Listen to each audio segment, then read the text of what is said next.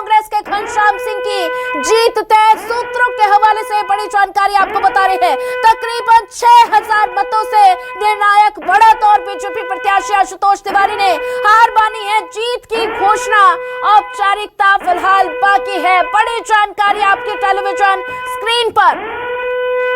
तो दतिया उपचुनाव का रिजल्ट लगभग तय माना जा रहा है। कांग्रेस के घनश्याम सिंह की जीत तय मानी जा रही है। सूत्रों के हवाले से जानकारी आपको बता रहे हैं। और तकरीबन 6000 मतों की निर्णायक बढ़त बीजेपी प्रत्याशी आशुतोष तिवारी ने हार मानी है और जीत की घोषणा की औपचारिकता फिलहाल बाकी है। तो न्यूज़ 24 पर उपचुनाव से जुड़ी बड़ी खबर आपको बता रहे हैं और साथ ही आपको बता दें कि दतिया उपचुनाव का रिजल्ट लगभग तय माना जा रहा है। और कांग्रेस दफ्तर के बाहर की ये तस्वीरें आप देख पा रहे हैं जहां कार्यकर्ताओं में खुशी देखने को मिल रही है। और साथ ही दतिया उपचुनाव का रिजल्ट आ गया है। कांग्रेस के घनश्याम सिंह की जीत लगभग तय मानी जा रही है। सूत्रों के हवाले से ये जानकारी आपको बता रहे हैं। तकरीबन 6000 मतों से।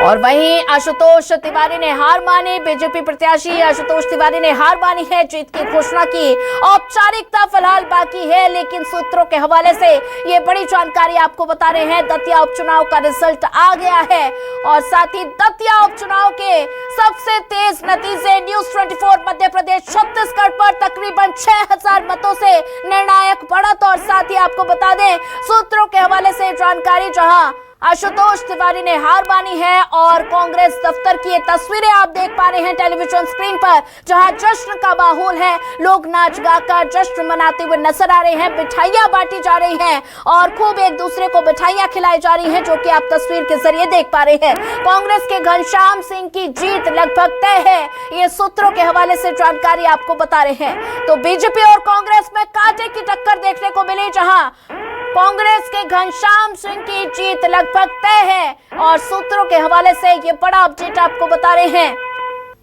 तो दतिया के दंगल में किसके सर पर ताज सजेगा, बस कुछ ही मिनट में ये तय हो पाएगा। और साथ ही कांग्रेस के घनश्याम सिंह और इसी पर ज्यादा जानकारी साझा करने के लिए हमारे साथ संवाददाता सतीश दुबे जुड़ चुके हैं। सतीश, लगभग ये जानकारी सामने आ रही है कि कांग्रेस के प्रत्याशी घनश्याम सिंह की जीत लगभग तय मानी जा रही है और साथ ही आशुतोष तिवारी ने हार मानी है। क्या कुछ माहौल कांग्रेस दफ्तर के बाहर देखने को मिल रहा है? किस तरह से कांग्रेस में खुशी नजर आ रही है?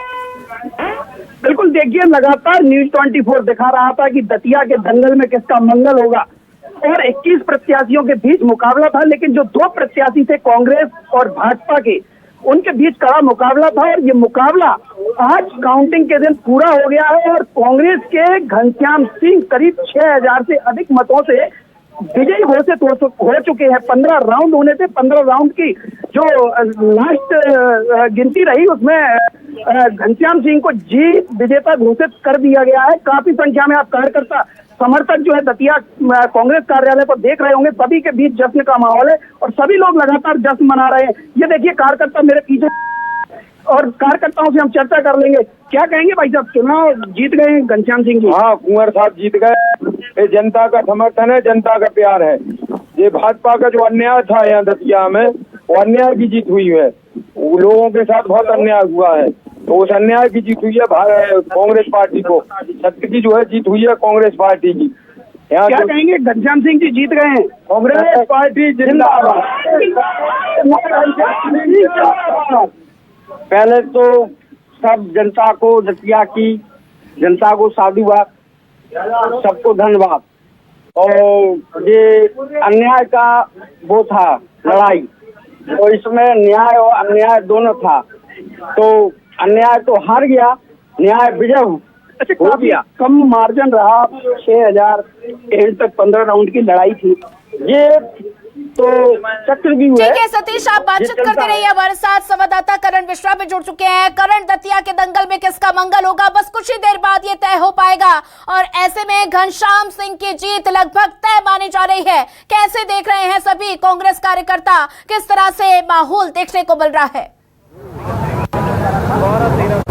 बिल्कुल, देखिए दतिया विधानसभा उपचुनाव के परिणाम का सभी को इंतजार था और अंदर खाने से जो जानकारी निकाली गई है उसके तहत लगभग 6000 से ज़्यादा वोट से जो है कांग्रेस के जो प्रत्याशी हैं घनश्याम सिंह, उन्होंने जीत दर्ज कर ली है और भारतीय जनता पार्टी के जो प्रत्याशी हैं वो सेकंड नंबर पर रहे हैं, उनको हार का सामना करना पड़ा है। और रही जीत के जश्न के लिए तो मैं तस्वीर दिखाना चाहूँगा, हमारे सहयोगी जो हैं वो जश्न की तस्वीर और जो भीड़ है कांग्रेस कार्यकर्ताओं की वो दिखाने की कोशिश करूँगा कि हाईवे से कुछ अंदर की ओर जो काउंटिंग स्थल जो है बना हुआ है शासकीय पॉलिटेक्निक कॉलेज, लेकिन आपको हाईवे से लेकर जो अंदर का पूरा रास्ता है आप देख रहे होंगे कि किस तरह से वहां पर जो भीड़ जो है वो यहां पर जुट गई है। सभी कांग्रेस के समर्थक हैं और काफ़ी जोर शोर से जो है कांग्रेस जिंदाबाद के जो हैं वो नारे भी लगाते हुए नजर आ रहे हैं और सीधे तौर पर दोनों ही दल जो हैं इस चीज़ की तैयारी रखे हुए थे कि जैसे ही जीत तय होगी उसके बाद कार्यकर्ताओं में जोश जुनून जो है वो देखने के लिए मिलेगा।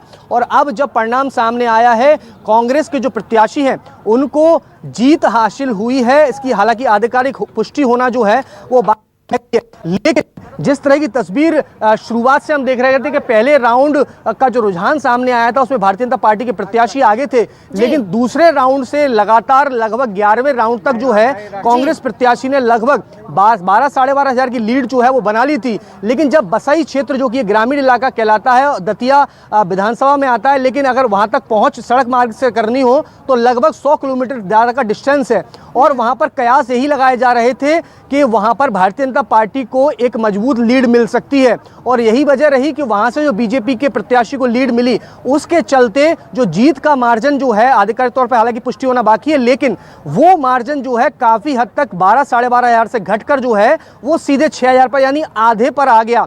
और यदि बीते 2023 विधानसभा चुनाव की बात की जाए तो उस समय 7742 वोट से कांग्रेस के प्रत्याशी राजेंद्र भारती ने जीत दर्ज करी थी, लेकिन अब जो है वो 1000 से ज्यादा का ग्राफ गिरा है और 6000 से ज्यादा वोट से जो है कांग्रेस प्रत्याशी की जीत की बात सामने आ रही है। जी बिल्कुल करण, बात की जाए तो ऐसे में बीजेपी की हार के पीछे की वजह क्या है, फैक्टर क्या है, विस्तार से समझाइए।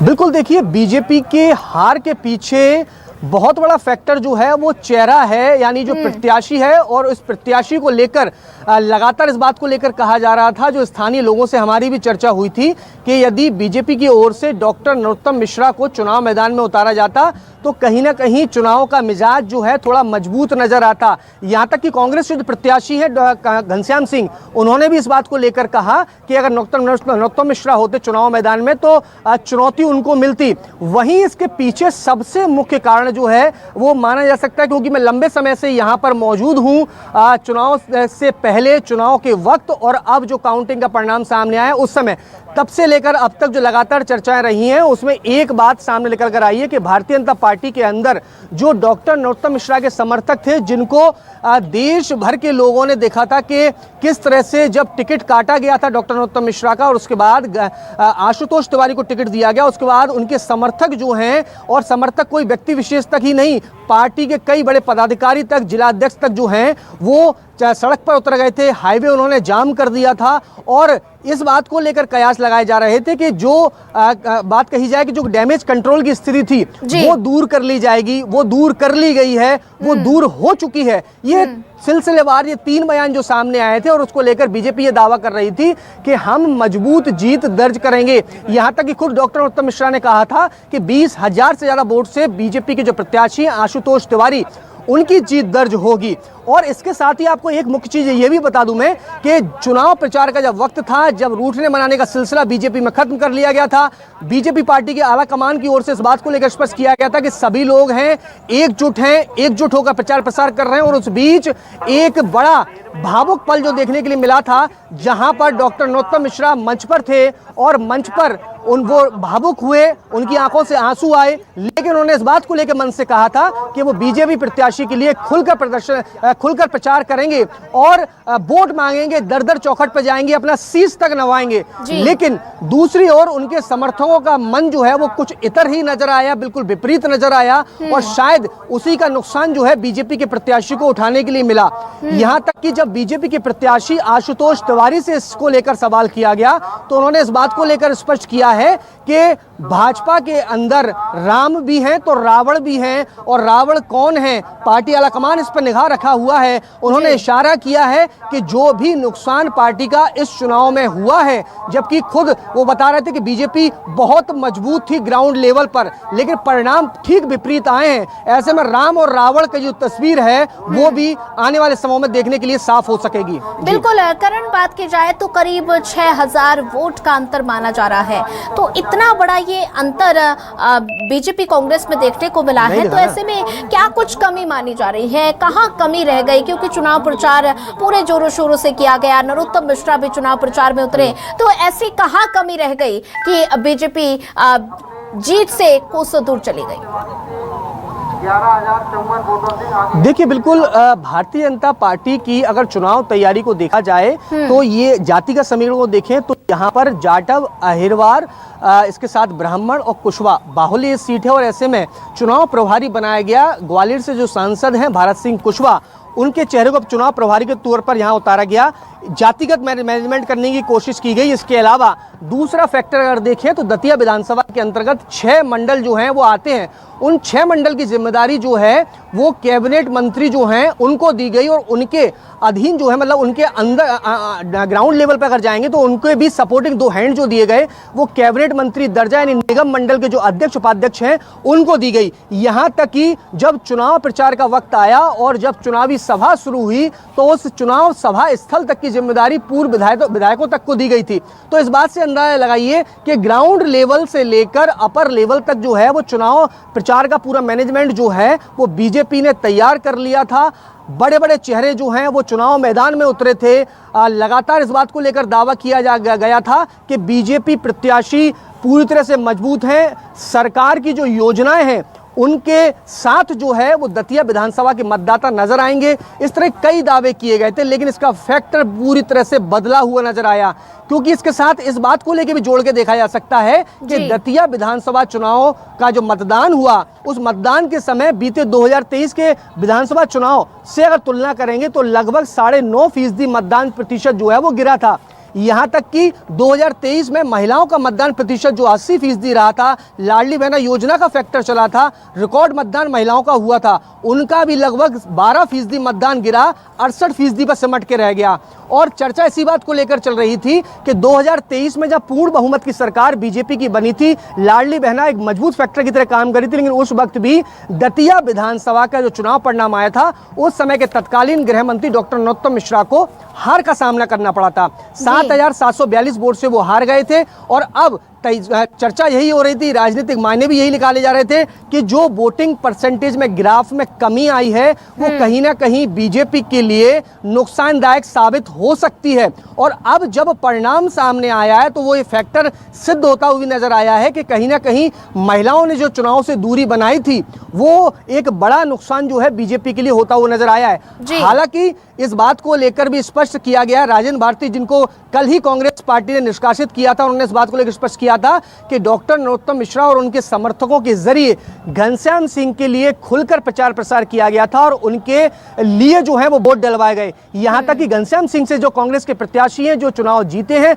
आधिकारिक पुष्टि होना बाकी है, उन्होंने भी इस बात को लेकर स्पष्ट किया था कि भारतीय जनता पार्टी के कई कार्यकर्ता, कई पदाधिकारी उनसे लगातार संपर्क कर रहे थे। यहां तक कि वो चुनाव प्रचार के लिए, उनके समर्थन के लिए इंटरनली वोट मांगने का भी काम कर रहे थे। और करण, आप बने रहिए हमारे साथ, एक और बड़ी जानकारी आपको बता रहे हैं। करण बने रहिए हमारे साथ, एक बड़ी जानकारी आ गया दतिया उपचुनाव का रिजल्ट, बड़ा अपडेट आपको बता रहे हैं। और दतिया उपचुनाव का रिजल्ट आ गया, 6056 वोटों से कांग्रेस प्रत्याशी की जीत हुई है, तकरीबन 6000 मतों की निर्णायक बढ़त। ये बड़ी जानकारी आपको बता रहे घनश्याम सिंह 6056 वोटों से जीते हैं। ये बड़ा अपडेट आपकी टेलीविजन स्क्रीन पर बीजेपी के आशुतोष तिवारी को हराया है, 6056 वोटों से हराया गया। ये बड़ी जानकारी आपको बता रहे हैं। तो दतिया उपचुनाव का रिजल्ट आ गया है, दतिया के दंगल में घनश्याम सिंह का मंगल हो गया है और 6056 वोटों से घनश्याम सिंह की जीत हुई है, तकरीबन 6000 मतों से कांग्रेस की जीत। और साथ ही 6056 वोटों से कांग्रेस प्रत्याशी जीते हैं। घनश्याम सिंह 6056 वोटों से जीते हैं, जीत दर्ज की है और बीजेपी के आशुतोष तिवारी को हराया है। तो ये बड़ा अपडेट आपको बता रहे हैं। वोटों से 6056 वोटों से कांग्रेस प्रत्याशी की जीत हुई है। बड़ी जानकारी आपके टेलीविजन स्क्रीन पर। और साथ ही घनश्याम सिंह 6000 वोटों से जीत चुके हैं।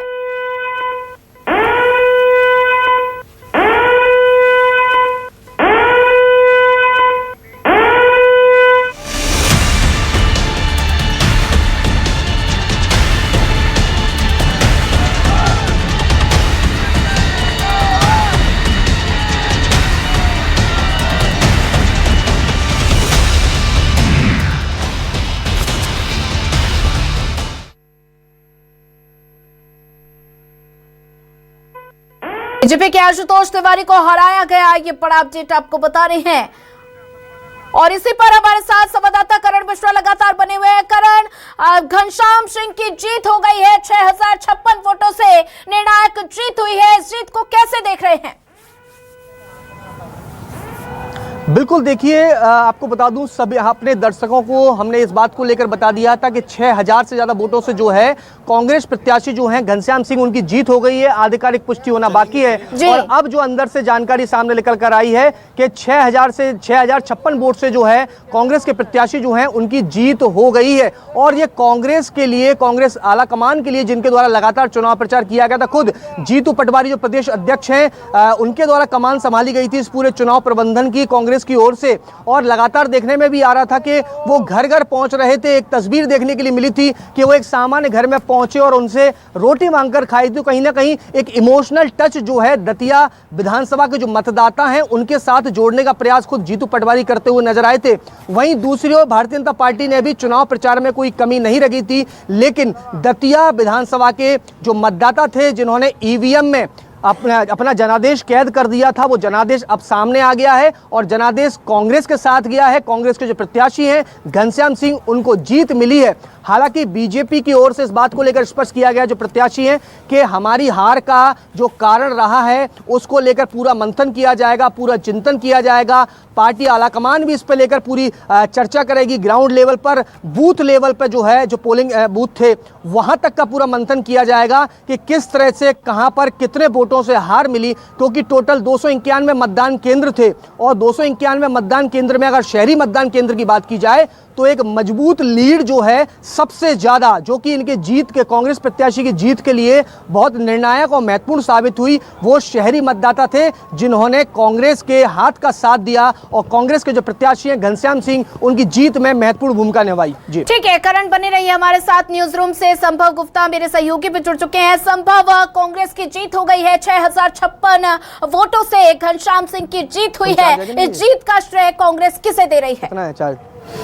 जरूर बहुत सारी चीजों को समझना होगा इस वक्त सोनिया जी, कि इस जीत को किसको श्रेय दिया जाए, जीतू पटवारी पर जाए, पार्टी नेतृत्व पर जाए, क्योंकि सभी नेताओं ने धुआंधार प्रचार किया, खूब पसीना बहाया और सबकी मेहनत का ये परिणाम है। लेकिन सबसे ज्यादा मेहनत जो की है वो इस वक्त यहाँ पर मेहनत की थी जीतू पटवारी ने जी। बताया जा रहा है कि जितने भी बूथ हैं उन्होंने सारे बूथों को नाप दिया, उन्हें कोई कोर कसर नहीं छोड़ी, हर बूथ पर गए। और सबसे खास बात जो बीजेपी कहती है ना, मेरा बूथ सबसे मजबूत, वो दावा यहां पर एकदम फिसड्डी साबित हुआ। लेकिन मेरा बूथ सबसे मजबूत, इसको अब टेक ओवर करने का काम किया है कांग्रेस ने। यानी कि कांग्रेस ने कुछ ना कुछ बीजेपी से सीखा जरूर है, क्योंकि वो हर बूथ पर एकदम मजबूती के साथ मैदान में उतरने वाली पार्टी कहां आखिर पिछड़ रही है, इसको समझने की कोशिश की है। यही वजह है कि कांग्रेस ने हर बूथ पर बाकायदा बहुत अच्छे से मेहनत की है। माइक्रो मैनेजमेंट जिसे कहते हैं ना, उस छोटी सी छोटी बारीकी को समझने की कोशिश की है कि कहां गलती हो सकती है, कहां नहीं हो सकती है। और सबसे बड़ा फायदा यहां पर कांग्रेस को उठाना पड़ा है, जो फायदा मिला है वो स्थानीय कैंडिडेट का। बीजेपी के कैंडिडेट वो बाहर ही थे, लेकिन कांग्रेस के जो कैंडिडेट थे वो, उनकी छवि एकदम समान, बहुत अच्छी साधारण छवि, साधारण नेता। हालांकि पूर्व विधायक जरूर रहे, लेकिन स्थानीय नेताओं को होने का बहुत ज्यादा फायदा मिला है। अगर बात करें जातीय वोट बैंक का, तो जातीय वोट बैंक का भी काफी ज्यादा असर देखने को मिला है यहां पर।